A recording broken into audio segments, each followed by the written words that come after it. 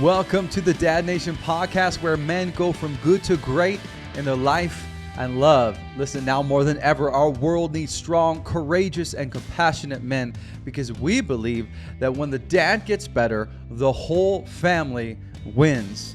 Now, this movement is called Dad Nation, but ultimately this is for the wives, the children, and the generations to come, because we also believe that every wife and child deserves a father who is pursuing greatness. I am your host, Mitchell Osman, and I'm so grateful and I'm humbled that you've chosen to spend your most precious resource, which is your time, with me today. All right, today, you guys, we're going to be talking with Dave from Not Perfect Dad. So a little bit about Dave. He's a husband first and a dad to 4 kids. He is passionate about helping other men along in their journey of fatherhood. He recently started a social media page called Not Perfect Dad. And in a few short months, he's gained over 200,000 followers on Instagram. Now, this is not surprising when you see his videos, because they will encourage, they'll inspire, and empower you to be the best dad that you can be. I know personally, his posts seem to always appear when I need them most. And also, I just love Dave's humble and his open-handed approach to fatherhood. Because in a world of talking heads that's telling you constantly that you need to be perfect, his message is refreshingly different. So now let's head over to my conversation with Dave from Not Perfect Dad. All right. Welcome, David, to the Dad Nation podcast. Thank you so much for being here today, and looking forward to this conversation. Now, for those of you who are listening, a little bit of context on David and I's relationship. I found him, I don't know, maybe a few months ago when he first started, and he's got a really cool story which he's going to share with you. But I was just struck right in the chest, in the feels, by one of the videos he created, and reached out to him, and we had some conversations just about his journey and fatherhood. And I love his content on Instagram. And as I learned a little bit more about his story with marriage and fatherhood, I just thought, man, it would be so cool to have a conversation with him, or now with you, David. So thank you for being here on the show. And before we jump in and talk a little bit about fatherhood and marriage, why don't you tell us a little bit about yourself? Tell us a little bit about your marriage, and how many kids do you have, and tell us a little bit about what you got going on Instagram and other platforms. Sure. Yeah. First, dude, thanks for asking me to do this. Disclaimer right away. Don't, I don't consider myself a professional. I don't consider myself, uh, like, like a veteran dad, if you will. I was still figuring all this out. So yeah, I, I've been married 8 years now. And part of our marriage story is our son. It's his birthday today, and he just turned 9. So 8 years of marriage, he's 9.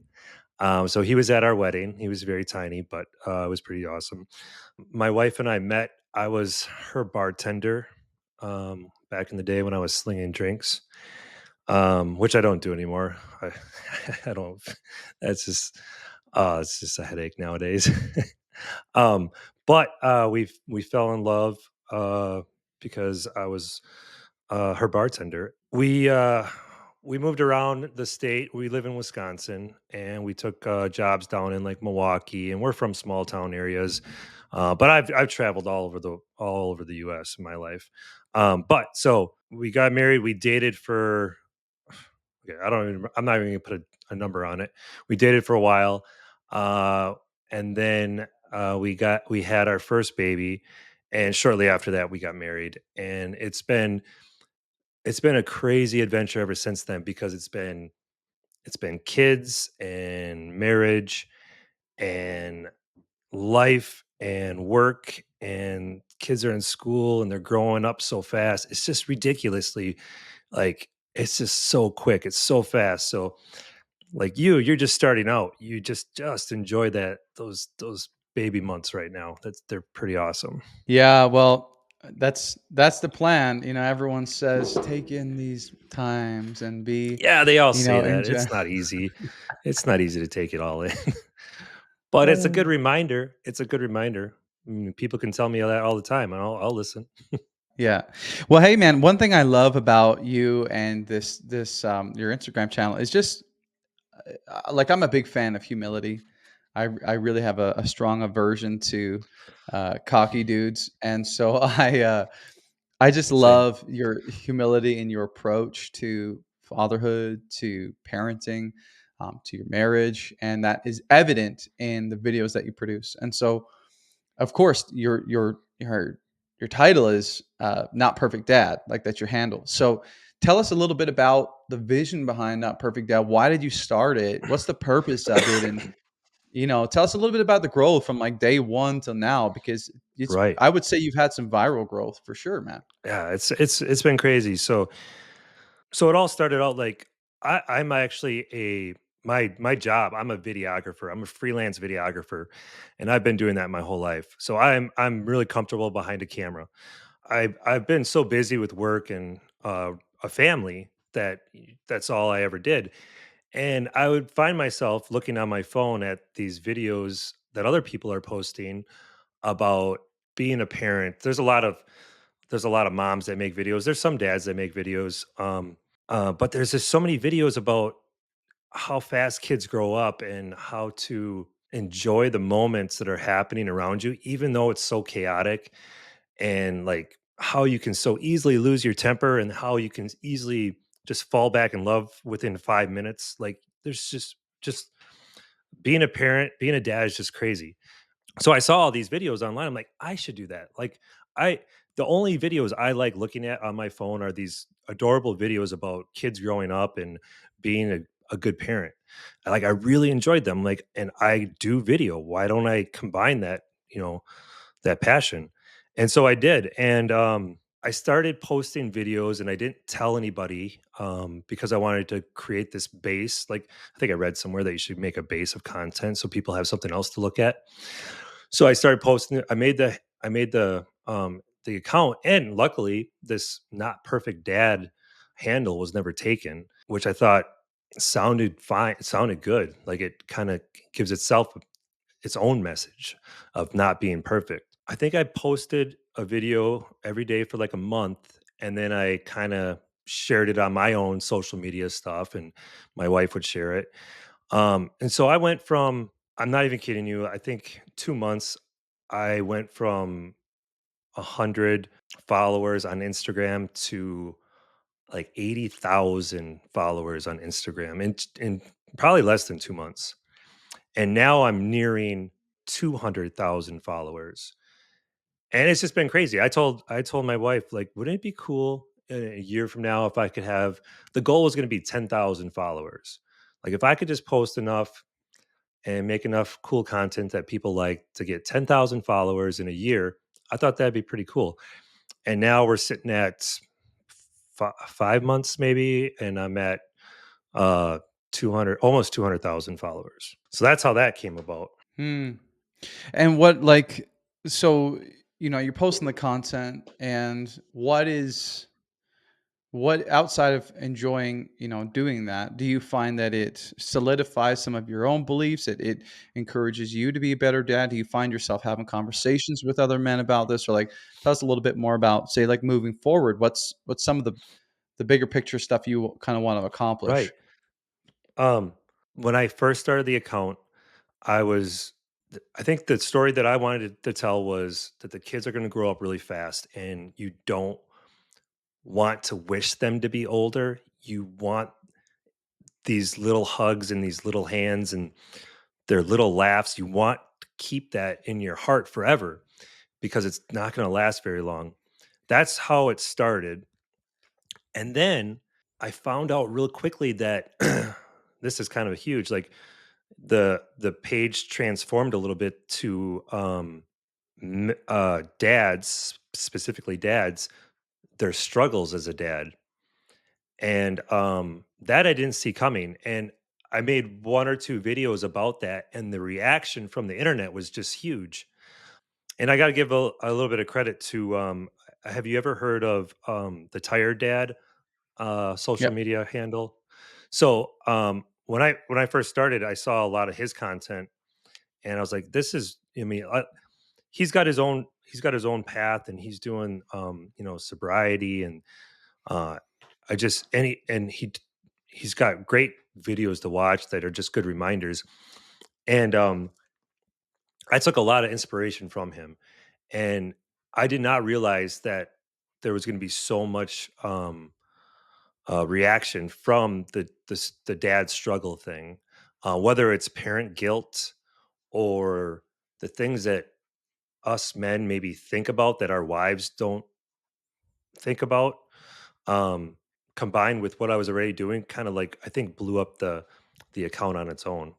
And so that's kind of the direction of what Not Perfect Dad is right now. It's a reminder to be present with your kids, but also that we as men, we don't talk about our feelings that much, and we struggle with that. It's just a message to other guys out there that you don't have to be alone in it. Like, I've gotten so many messages from dads all over the world, that just all they do is say thank you for your page, thank you for this content, thank you for your video, thank you for just saying that we're not alone. Like, they just want some little bit of validity in their fatherhood, I think. Hmm. Yeah, I mean, I think the trajectory of your content is indicative of the need that's out there. That's the exact same reason why I started Dad Nation, was because I've seen a bit of a void. And of course, coming from my own background as well, but just really feeling passionate about being a source of comfort, and encouragement for other men who are struggling. I don't think Right. that there's any shortage of that on social media for moms, but for dads, there seems to be still. I mean, we're getting better at it. I think there are some bigger accounts that are doing a good job at talking about this, but dude, I agree with you completely, and I think sometimes all it's just an Instagram video that is just enough to give us that mental breath of fresh air kind of thing to keep going. I've had the same thing where I'll post a video or a static post or whatever, and then have a guy message me and say, "Hey, this is exactly what I needed today. I wanted to throw in a towel, and all that kind of stuff." And so there's an incredible amount of power, I think, in vulnerability. There's power in humility, in just sharing our journeys and sharing our stories. In your experience, why do you think we struggle with this as men, and why do you think it's important, like valuable to be vulnerable and to be humble, and like in your experience as a dad and a husband? Right. I was that's a I think that's a really tough question. I honestly think that everything that we've been taught growing up, from our dads to other people, seeing other dads, to movies and television, is just that, the dads are the foundation, they're the rock. They don't struggle. Like, they're just always there. Moms have it harder. They have to, like, that's just, they're doing all these things with the kids. They're doing the schooling, like, they're doing, the cliche stuff. I mean, that's not how life is anymore, but that's how the last 50 to 100 years has looked, in everywhere that we look. And I was thinking, like, so I don't know if this is probably I would feel like most guys would feel this way. Like, if you're gonna do something, you're gonna do it right. If you're gonna compete in the Olympics, you want to win gold medal. You don't want silver or bronze. If you're going to be a professional athlete, you're going to be the best there is. We as dads, just I can't even compare myself to another dad, because I'm the best there is. There's nobody else but greater. Like, you just want to be so good at what you do that you'll never feel like you did it wrong. And if you do it wrong, then you just fix it. There's just, and then you're doing it right again. And I think that what I'm trying to say is that mentality is kept a lot of our emotions hidden from the world. And as a dad, and I guess first as a husband, I think when I can express myself more emotionally to my wife, our connection is better. Our bond is deeper, I think, without a doubt. And it's not like I'm being a pansy or anything like that. um, no, I'm just sharing at an emotional level that they can connect with that we don't normally show. And and then so that helps with our marriage. And then when it comes to our kids, actually yesterday we had a tough go with one of our kids. He was breaking down, he was talking back, and we were struggling. Both of us were taking our turns going in and out. It got so hard because I felt like I had that. So I had to we had to correct his behavior. We had to fix it and tell him what he was doing wrong, but I also felt bad for the way he was reacting to me, and I felt, like, and I don't think I think I handled it really well, but at one point I told him, "I'm sorry for the way that I yelled at you." And when you say that, and you got to be, you can't just say it. There's got to be a reason behind it. And but when I said that to him, his guard just came down a little bit. He kind of melted away, and he calmed down because he saw me giving him the affection that he was probably looking for. Mm. So there was just that was just two examples of like how a little bit of humility and opening up can help the marriage and help you bond with your kids through things. Hey, friend, thank you so much for tuning in to the Dad Nation podcast today. And because you're here, I want to give you a free gift for listening. And this is called Igniting Intimacy 44 Questions to Ask Your Wife to Connect Deeply and Spark Intimacy. Maybe you're watching this and you just feel like conversation is just growing real boring in your marriage. Or maybe you've heard from your wife that she feels like she's married to a robot, or that we don't ever talk anymore, or you don't talk about how you feel. If you've heard any of these things from your wife or felt any of these things, you need to download this free gift for you, because listen, the key to connection with your wife is through quality conversation and quality questions. Okay, I promise this will not disappoint.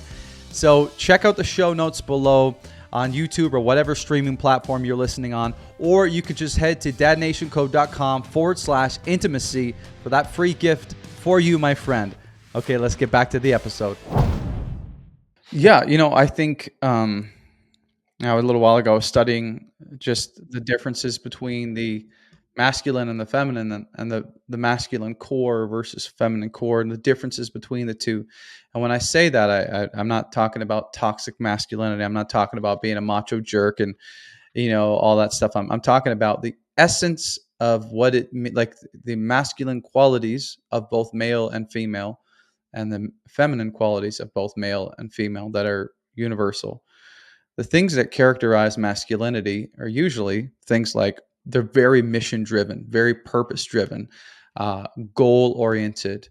Um, so, for example, this is why sports is so popular for men, because we're driven by accomplishing. We're driven by this idea of conquering or winning or being on mission, and that's kind of why you said, I think why, when you were talking about this feeling of being a man, like you want to be the best there is. You don't want to go to the Olympics and shoot for bronze, right?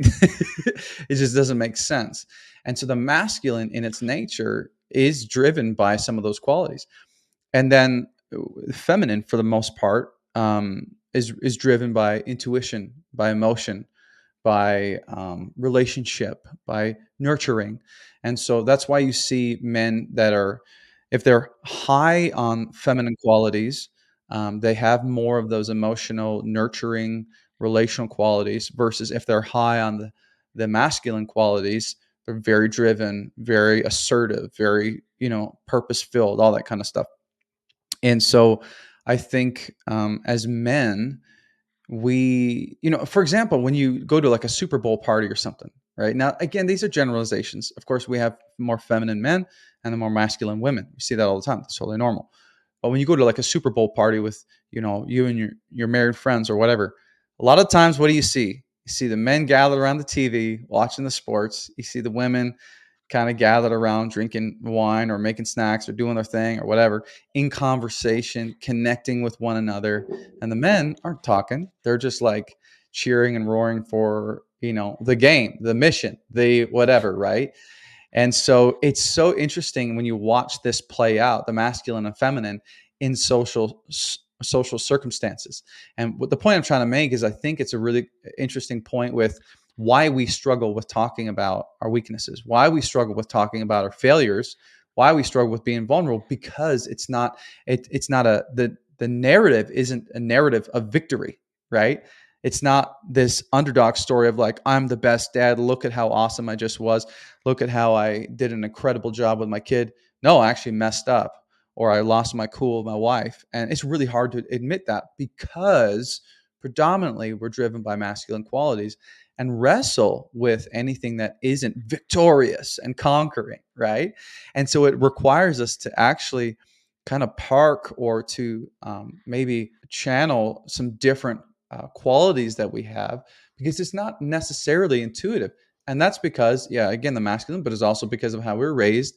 It's nature and nurture, I think. And it's kind of a fascinating thing when you talk to men about it. But there's an incredible power in when we do that. Like you said, the disposition of your child completely changes. When I would talk with my wife in our early years of marriage, I remember the first couple times I told her I was having a hard day. She was like, "What? You're having a hard day?" And I thought, "Oh, she's gonna think I'm weak." And she was like, "No, I it's really nice to know that I'm not married to a robot. Like it allows me to talk with you and be more comfortable to share my emotions with you because I know that you feel a similar way." And so I would agree with you, David. There's massive power um, in practicing vulnerability and humility and knowing when to do that, right? Yeah. I got a question for you. Do you like when I have a conversation sometimes with my wife about like she goes out with her friends and she just tells me what they talk about. And they talk about kids and they even talk about like marriage stuff. Do you do that with your guy friends? Because I'm just asking because I don't. Um, when I go hang out with the guys, we talk about all the funny things we used to do in high school but you know what I'm saying? Like Yeah. it's just funny how we're so wired differently like that. And I told my wife the other day, like, I don't maybe I should talk more because I don't talk about that stuff with anyone. I talk about it with her, but that's different than like she talks about with her friends, and I don't do that. What do you think about that? Oh, it's so good, man. So yeah, dude, it depends, because you also don't want to be that weird dude who's just going so deep in conversation and nobody wants to have a beer with a guy like that who's just like, tell No, me about the deepest, darkest parts of your soul, when you just want to crush some wings and talk about the good old days, whatever, right? So I it's think it's basically what we important. do. Yeah, right. And I think it's important. So for me, I do a little bit of both, man. I think, and the question becomes, when it's important to know when you need to, right? And so my wife said the same thing to me. She's like, I feel like you don't go to much depth with your friends, and I have some friends who we get real deep. That's very intentional, purpose driven relationships, and they've been built around the power of being vulnerable with one another and talking about our struggles of marriage and all that stuff. But Right. I don't necessarily think that that's necessary all the time as well. I think sometimes in our okay, I'm going to say some words in our hyper feminized culture, right? Who's in general, there seems to be there's a real push against masculinity. And I think there's some merit to it because of our dated gender norms, if you will. But masculinity in its nature is a beautiful thing, and I think, but sometimes we feel pressure, like we have to be more sensitive, more emotional. We have to go to deeper levels in our friendships. And I don't necessarily always agree. I think we just need to know as men when it's important to have those conversations because Yeah. I could go a while and not necessarily need that. But there's always time. So I would encourage any man who's listening, if you feel a need, like if you feel misunderstood, if you feel alone, if you feel isolated, if you feel like you're the only one dealing with this weight, then talk to a buddy of yours about it, right? Because a ton of freedom will come from that, but that's not always the answer or the solution. Does that make Right. sense? Yeah, no, it does. And to your point though, what I've been doing on my channel and what you're doing on your channel is, if anybody's listening, you can talk to a stranger online, gives you that opportunity where we will just like I honestly try to respond to I do respond to everybody that messages me because and I and I just listen. I ask them questions about where they live and what, how many kids they have and like and they usually there's like this huge dump of emotions in their first message, and then I respond, and then they just you can just tell that it helped a little bit just to have someone there. And Yeah. but it's not like you said, I'm not having those conversations with my friends all the time. And there's Mhm. only a couple friends that I would. Well, because it's also exhausting, right? Yeah, yeah, but I don't know how the women do it. They just do it all the time. Well, you think They're about it, so right? Like good you at had it. mentioned. They're so good Yeah, at it. right? You mentioned a good point earlier. You'd said, we feel this pressure to be the rock, to be the anchor, to hold it all down. And a Yeah, phrase I use often is just like it's our responsibility to be the thermostat, not the thermometer. Mean we kind of set the tone in the room emotionally. We don't constantly adjust to the room. It's important for us as men to just not necessarily be reactive to the room, but just to come in and just say, hey. And just to be the relief, to be the levity in the room, to all those different things. And so when you're in that situation where you feel like you're always trying to keep the house calm, it can be tough to go out, and hang out with guys and then continue to talk about emotions and continue to, dig into because maybe you do just want to like take some pressure off and just shoot the breeze about whatever, right? So I think there's a right. time and a place for both, man. In Yeah, my opinion. yeah, and I think the shooting the breeze, just hanging out, that does wonders for us guys. Totally. Yep. And honestly, man, in my experience, I also don't necessarily. I think there are some things that are better conversations to be had with your a good close buddy of yours rather than your wife. Yeah, I don't think yeah, that your wife always needs to be your emotional dumping ground for what's going right. on, right? And so it's important to be able to discern and be able to know when those conversations need to happen and when they don't, right? So but Yeah, like you said, man, reach out. I mean, I get DMs all the time. You do as well. I mean, I'm certainly nowhere near perfect. I know you, self-professed are not as well. So, I think we're just trying to figure it out, man. We're just kind of fumbling around. And that was why I started. It's like, hey, if I can share with men what not to do because I know what not to do because I've done all the wrong things, and if that can be a help to one dude, then it's worth it, so definitely that's cool. yeah, When we chatted last, we talked a little bit about the power of our past, and we talked a little bit about our relationships, our marriages, and coming from different backgrounds and all that kind of stuff, and coming from healthy families versus broken homes, coming from dysfunction, all that kind of stuff. Do you have experience with that? Um, and when do you how do you see that playing out in your marriage and in your parenting styles? And how do you sort of, if you do, how do you navigate that? What does that look like for you guys? right. Um, I'm glad you asked this because I do want to. I want your perspective on this too. So I think I had in my head, I think I had like the picture perfect childhood. I was thinking about this the other day that my mom, she stayed at home with us until we were, I think, our youngest until my sister went to school. Like I don't even know, but so my mom was a stay at home mom.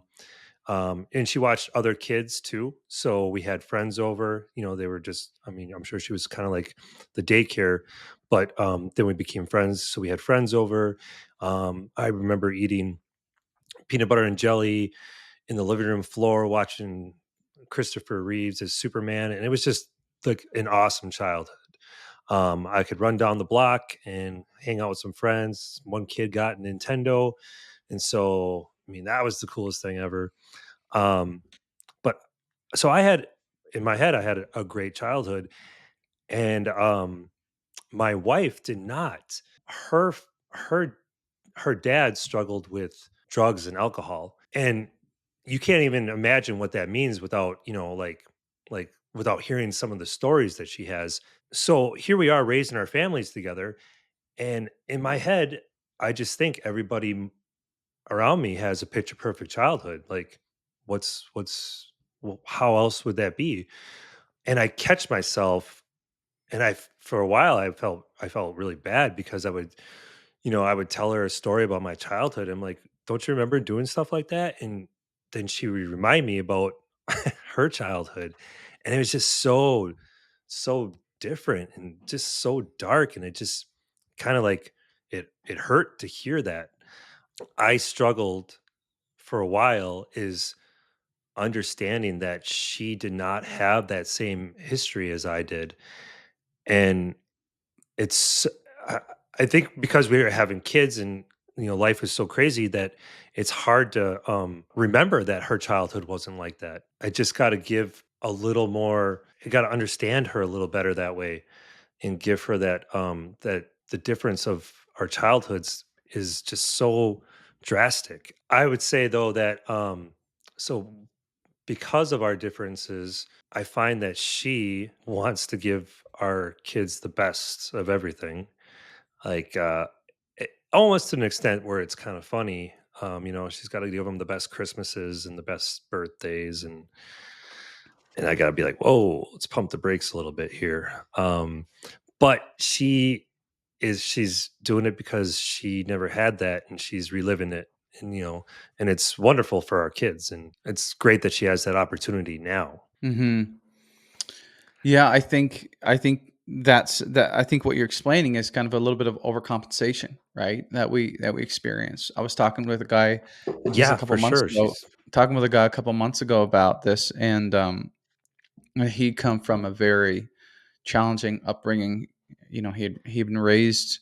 His dad was a gambling addict, and he would base most of his childhood. He'd be in like the closet of a downstairs poker room. Whereas when his dad was gambling, and he was sitting in a dark room, cigarette smoke, whatever, just, and that's where he spent hours, as a child. And it was terrible. It was terrible to even hear the story. And there was more to it than that. But what happened was, as now that he has some kids, he is just going over and above and beyond, where he's running himself pretty tired and trying to provide on a whole different level to get them everything they could ever want, to do every single sure. event, to have them in every, because it's because he wants so badly to give them the life that he didn't have.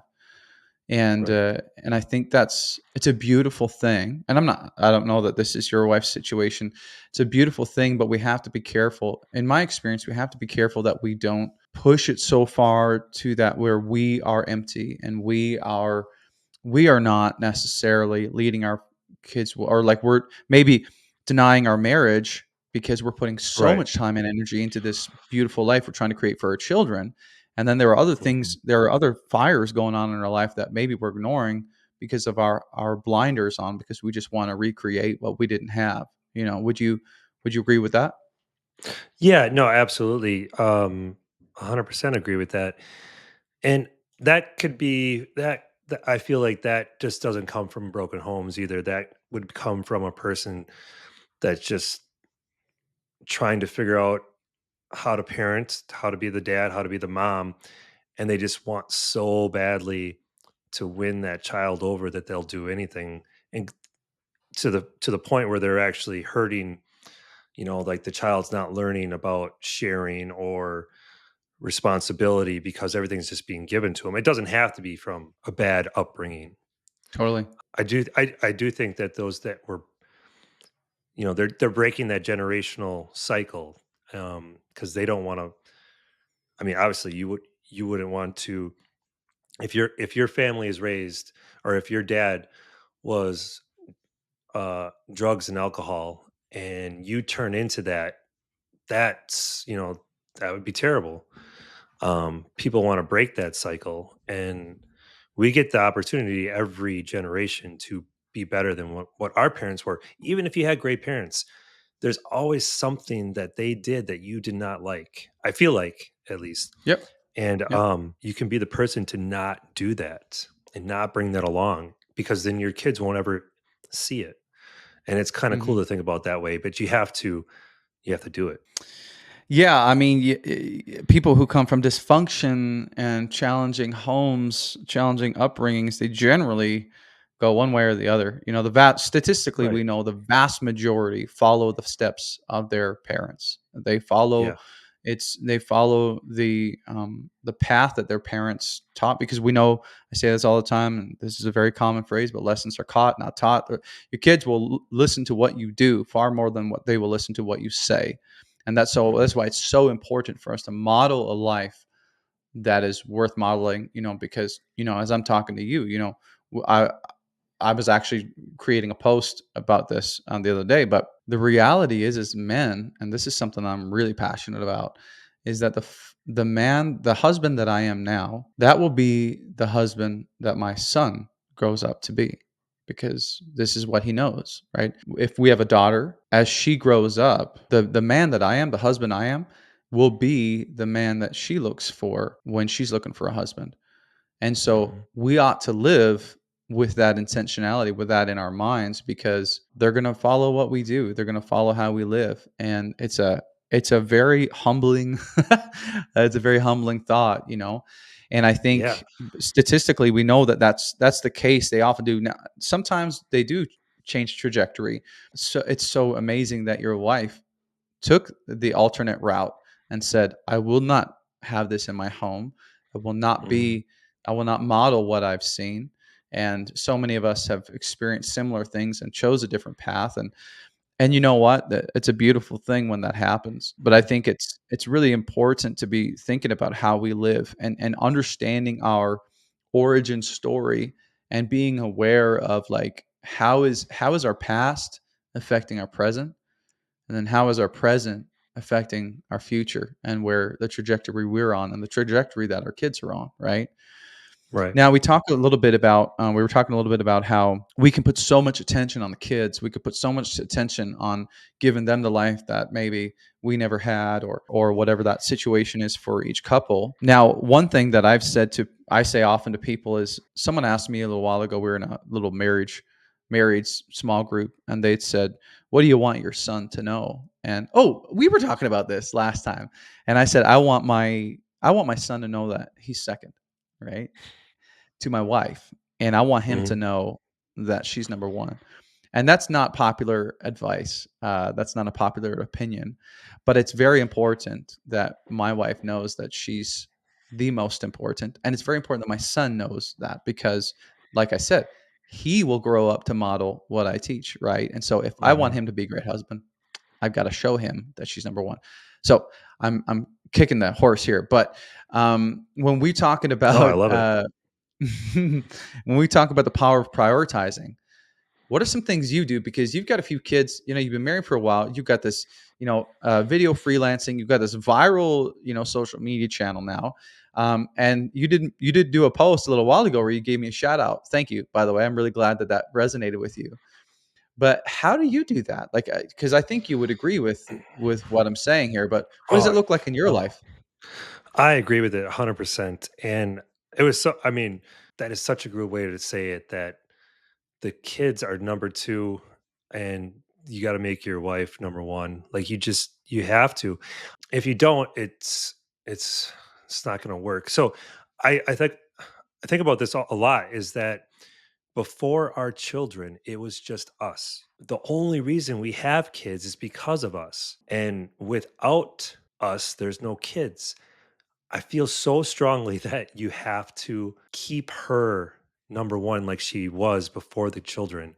And it gets really tough when you have kids.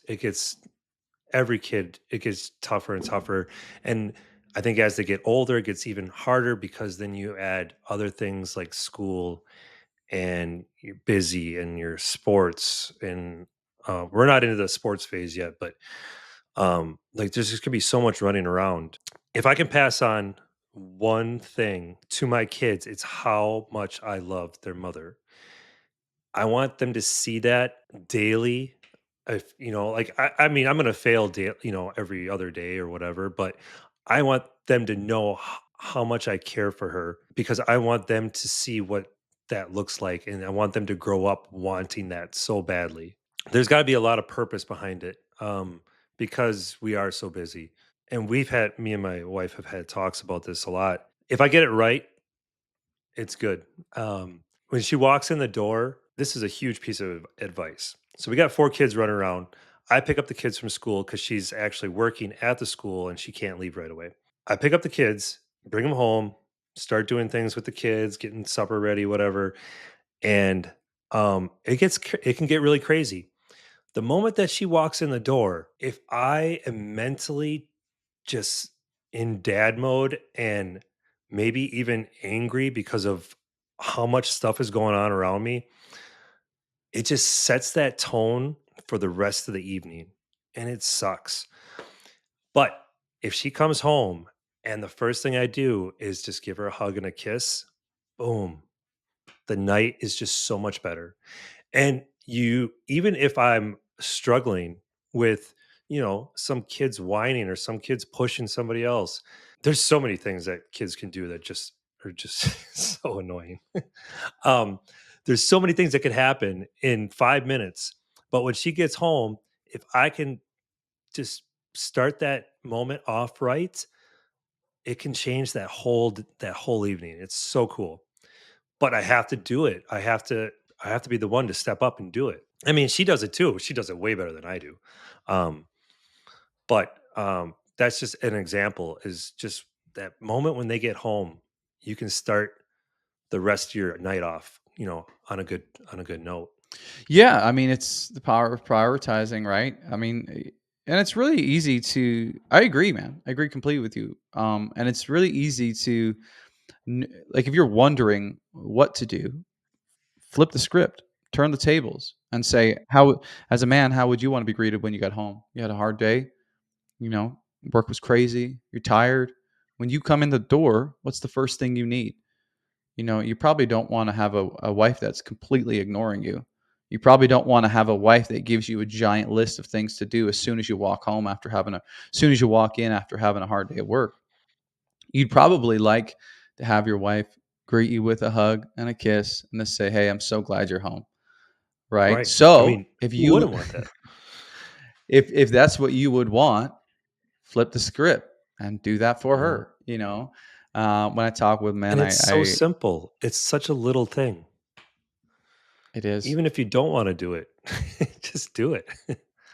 Even if you don't want to do it, the power of just putting your spouse's needs before your own is so important. I was talking Mhm. about that a couple days ago. It's like, I think a couple of the most powerful attributes you can have as a man is the power of consistency and the power of denying yourself or delayed gratification. And we see this in finances, the want to make that new purchase on Amazon or to buy the new car in order to save money for your investments or your future.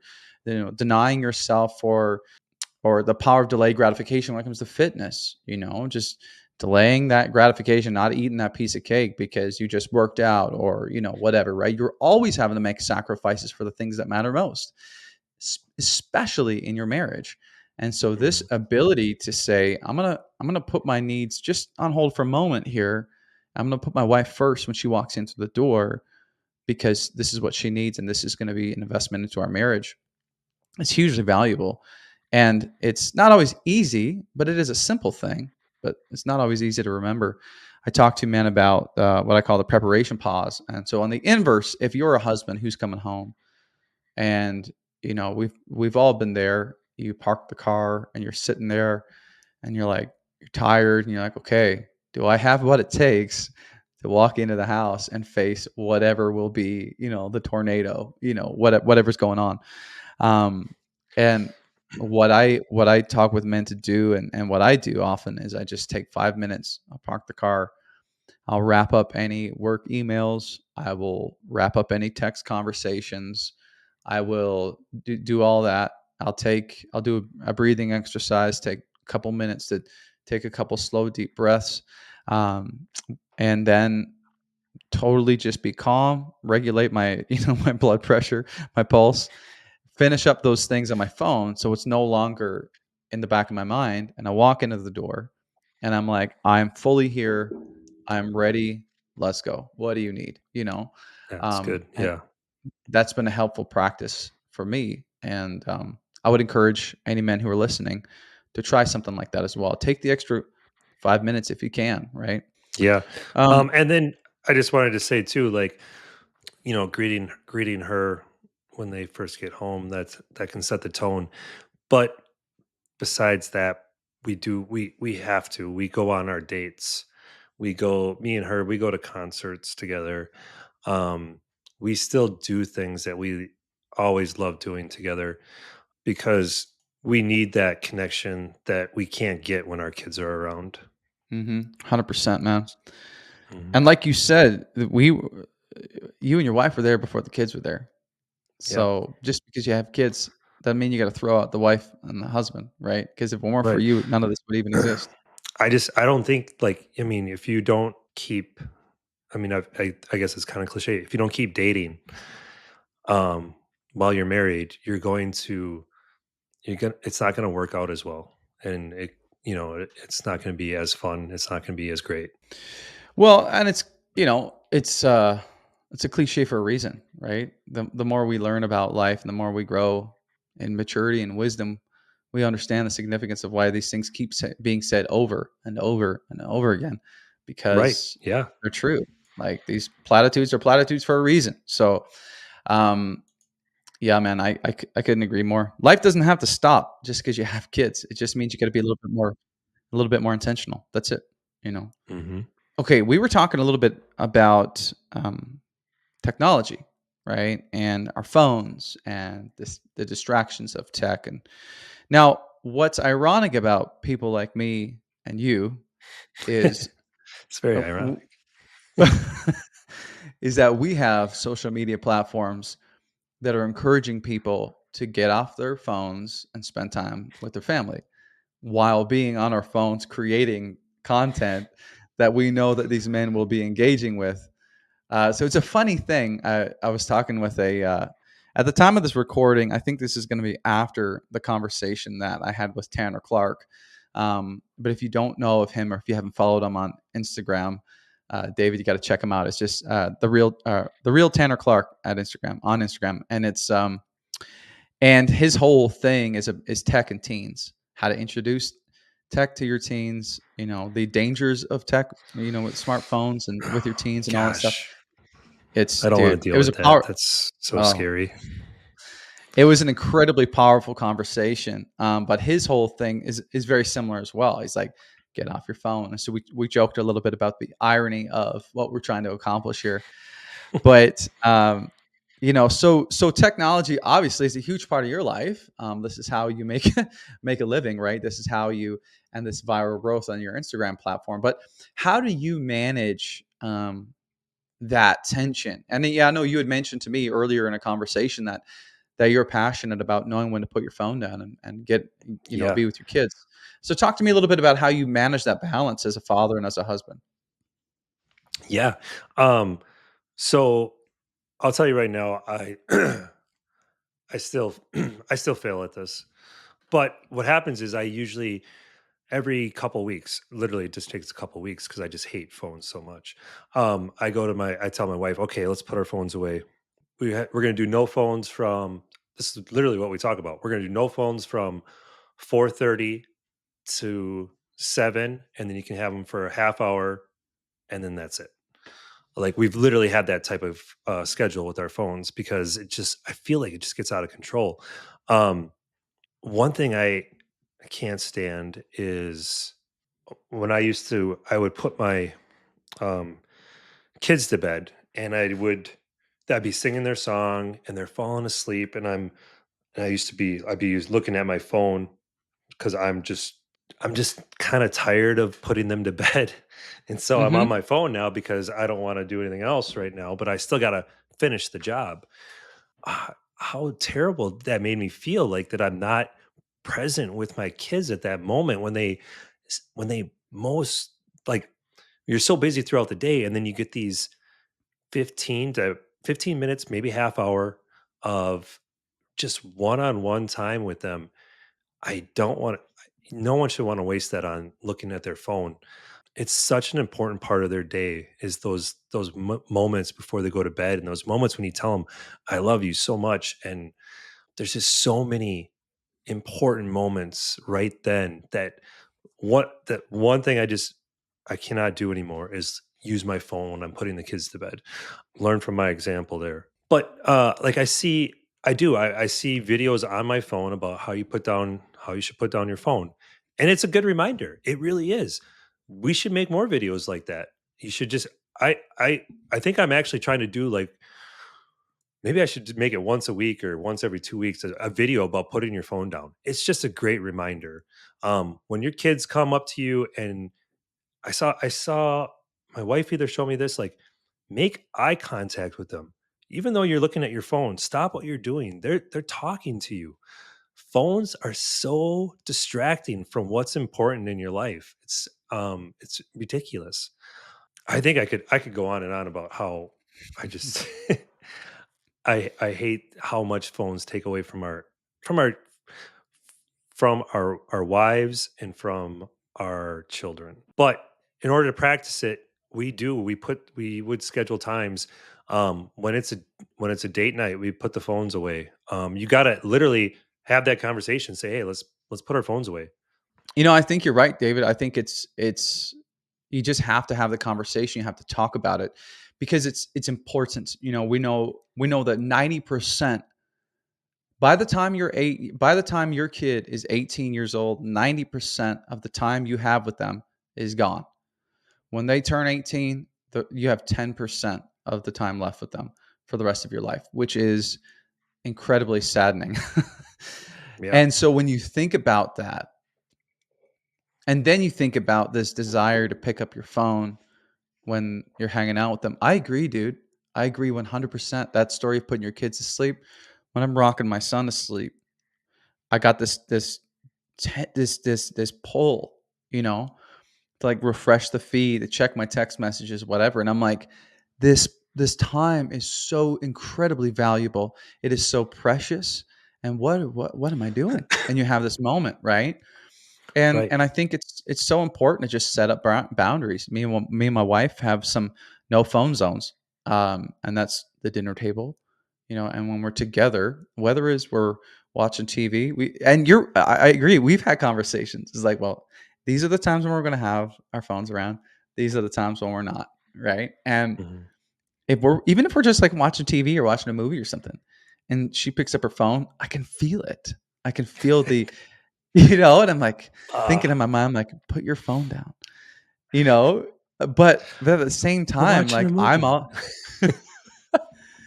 all, and she's like, what do you, I mean, I'm just responding to this text. I'm like, okay, well, now then we're having this conversation of like, okay, what's appropriate? Is it okay to respond to text messages or Do is you that want me to fine? pause the movie for you? Because I will. I'll pause the movie so you can check your phone. I have said that to her, and she did not like that. Totally. It's like, okay, well, we can respond to messages, important messages, but we can't scroll Instagram. Like it's like Right. under these Yeah. circumstances, it's Yeah. okay. Under Yep. this, but you know what? It sounds silly and it sounds, almost juvenile. But the most important things you have to have conversations about. This is why I tell guys all the time, even with the context of sex. Like if you want to have, if it's important to you, schedule it. Right? Yeah. Is it Mhm. is it romantic? No, but it'll happen. Right? And if it's important, have the conversation about it. Be Right. intentional. And if your quality time is important, schedule it, have the conversation, talk about it. Like when are we going to put our phones down? Because if not, they're just always going to be out. They're an extension Yeah, of who we are. and it really isn't juvenile about this phones because they're just it's so impactful on everything we do nowadays. Like, you need to have that conversation. You just need to set the boundaries. You need to turn the phones off. You need to put them away. I mean, you will not regret it at all. No, totally.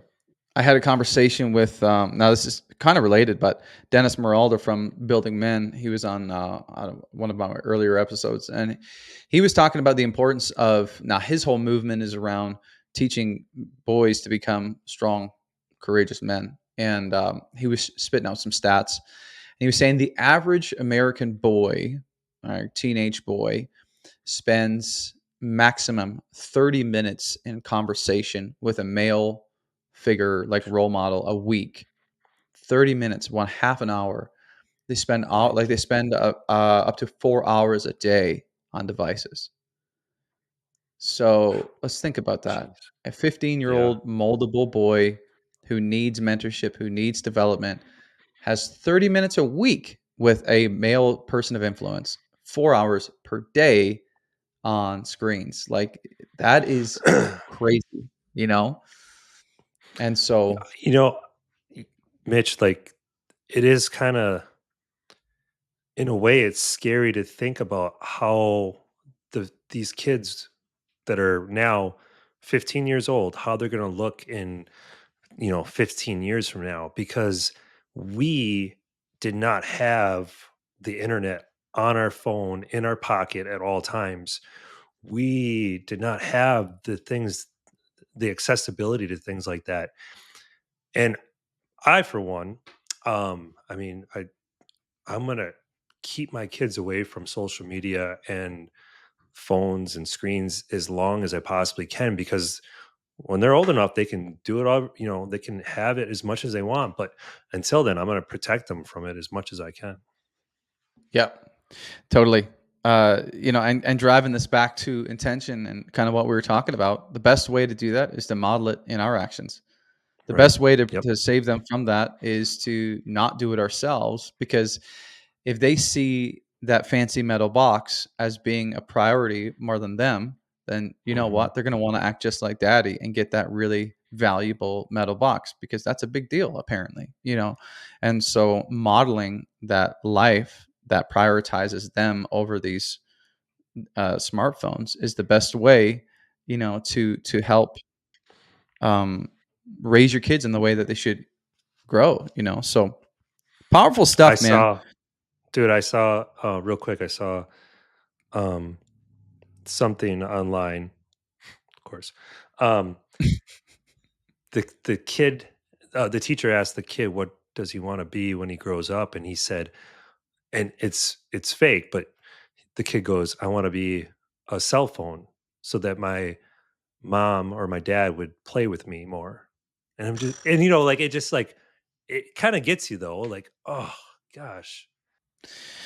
Yeah, and it's and for anybody listening, I want this to be an encouragement to you to learn. If you don't have kids yet, or maybe if you have kids, understand that this is normal.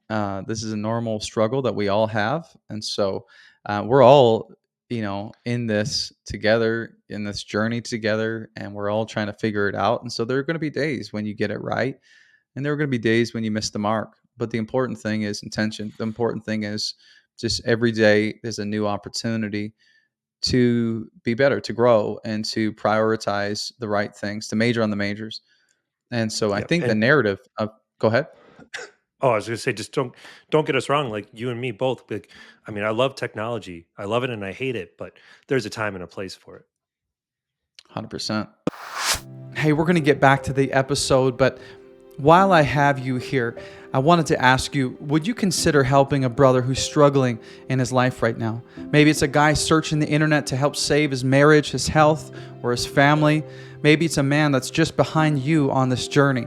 And we know, statistically speaking, there are thousands of men doing this. And we know that there are probably men in your social circles that are struggling with some of these very same things. If you'd be willing to help, this is how you can help. And I promise it'll take less than 60 seconds. If you've gotten any value from this podcast so far, would you be willing to give us an honest review and subscribe to our channel, whatever channel you're listening on? If you want to take this to the next level, would you consider sending this link to a friend of yours who you know would benefit from listening to this show? Now, why would you do that? Because the more men that hear this content, the more marriages we can save, the more fathers we can help step up, and the more lives that we can change forever. This isn't just for the men. This is for the wives, the children, and the generations to come. So I want to say thank you so much for doing your part to help other men find the support that they need. Now let's get back to it. Yeah, 100%, man. And I think a lot of the narrative that we've been talking about today is is just being intentional, having those conversations when needed, paying attention to to the important things, remembering what's important, prioritizing, right? It's huge. So, David, thanks so much for this time to chat. I do have one more question for you before you go. And I ask every guest this question. And so I want you to think about a scenario for me and then give me an answer. So I want you to picture, say, for example, tomorrow or in a week from now, God forbid you pass away. And then your wife and kids, the funeral is just over and they're sitting around the kitchen table and you're able to have this out of body experience where you're able to sit in the room, be in the room, and listen in on the topic of the conversation, listen into what your kids are talking about, and when they're reflecting on your life. And so when you think about what that might look like in that conversation that they might have, what are some things that you would want your children to say about or the life that you lived and who you were as a father to them? Well, that's an easy question. Jeez. Thanks, Mitch. Wow. It's Um, okay if you cry. I've got some tissues here for you, man. Thanks. That'll be very helpful. It's I mean, right now, what you just described actually made me feel pretty good. So I feel like I'm on the right track. Good. Obviously I still want to be better, but I would, if I could just see that, I just want my kids to laugh. I want them to tell stories about how goofy um and how much fun we had around the house. And I feel like they would know just how much I love them so much. I know they would. And that's pretty cool to think about, that you put that, perspective on me. I hope I told them how to be kind and how to be brave and how to stick up for each other. Like, I do put that in them because they're all close in age, and I we always talk about how you should look after your brother and sister at school and stuff like that. And I know they do. And just if I'm not there, that they will take care of each other, and I know they would. That's good, man. You know what? Well, Yeah, that's encouraging to hear. It's encouraging to hear that you feel like, that would be a good narrative. That'd be a good conversation that they would be having about the life that you lived. yeah. And man, from what I know of you already, from what I've seen, and from the conversations we've had, you live and lead a pretty beautiful life with your wife and your kids, and so kudos to you, brother. I think you're doing a great job, and so I want to encourage you with that. Keep up the great work with your Instagram channel and everything you're doing as well. And while we're on that Well, topic, as we wrap up, oh, wait, go ahead. let me stop you. Let me just tell you that I think you're doing wonderful too. I enjoy I enjoy the messages that you're putting out there, and the parts of the podcast that I get to see from other people you talk to, other men. I do find encouragement, and I do find like things that I learn from just watching you talk with other people. So thank you. Hmm. Oh, hey, man, you're welcome. I love it. It's just a ton of fun, and they say the best way to learn something is to teach it. And so my whole motto is if I can constantly talk about this, for as long as I can and spend my time, with other men and people who also talk about this, then that's a pretty good chance that I might get some things right over the course of my life as a father and a husband. That's my driving force, man. And so at the end of the day, if I can be a better husband and be a better father and help other men at the same time, then that's a win in my books. Heck yeah. So last thing, where can I know there's going to be people listening to this, especially, mostly men listen to this podcast. So where can we find you on the old interwebs, man? How can we support Sure. you? What does that look like? I try to be everywhere. I'm on Instagram. That's where the biggest followings on Instagram. Facebook's uh, kind of blowing up a little bit. I'm on TikTok. I'm on YouTube, Snapchat, X. I try to post. I post A little bit everywhere. The best way to help to support me and keep me going is send me a message. Check out some of my posts and send me a message about them. I love hearing that stuff. That's great. Well, you heard it, guys. His handle is at Not Perfect Dad on Instagram. Is it the same on the other platforms as well? Yep, it's all the same across all of them. Well, thanks so much for your time, brother. And looking forward to more conversations. Looking forward to just continuing to walk this journey of fatherhood and grow and learn together, man. So thanks so much for your time. I appreciate having you on the show. And we will catch Thank up you. soon, man. Thanks for having me, Mitch. I appreciate it. All right. All right. Listen, I hope you enjoyed that conversation with Dave. Sometimes it's just nice to talk to another dude about what you're going through. Hey, so hey, that's all for us today. But before you head out, I want to tell you about next week's episode. And it's going to be around basically the 3 ways to be the most likable guy in any room. Okay, real 3 simple, practical tips that you can do. I don't know where you're coming from as you're listening to this episode. Maybe you have a hard time making friends. Maybe you don't have many friends. Or maybe you want to use this as a networking tool to create long-lasting impressions with people, networking in your business, whatever the situation is for you. I know you can enjoy next week's episode. I put a bunch of time into gathering all these details together for you, and it's going to have some real practical tips for you on how to make lasting impressions and be the most likable guy in any room that you walk into. Okay, that's all for us today. Don't hesitate to reach out to me through Instagram if you want at DadNationCo, or you can hit up my email, mitchell@dadnationco.com. Or you can check out the website where there's a ton of free resources for you, and you can connect with me through there at dadnationco.com. Okay, listen, I am here for you. I am in your corner. Catch up next week.